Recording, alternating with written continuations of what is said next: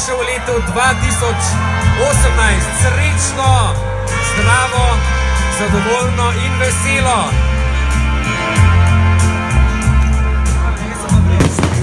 Med prijatelji, ko slavi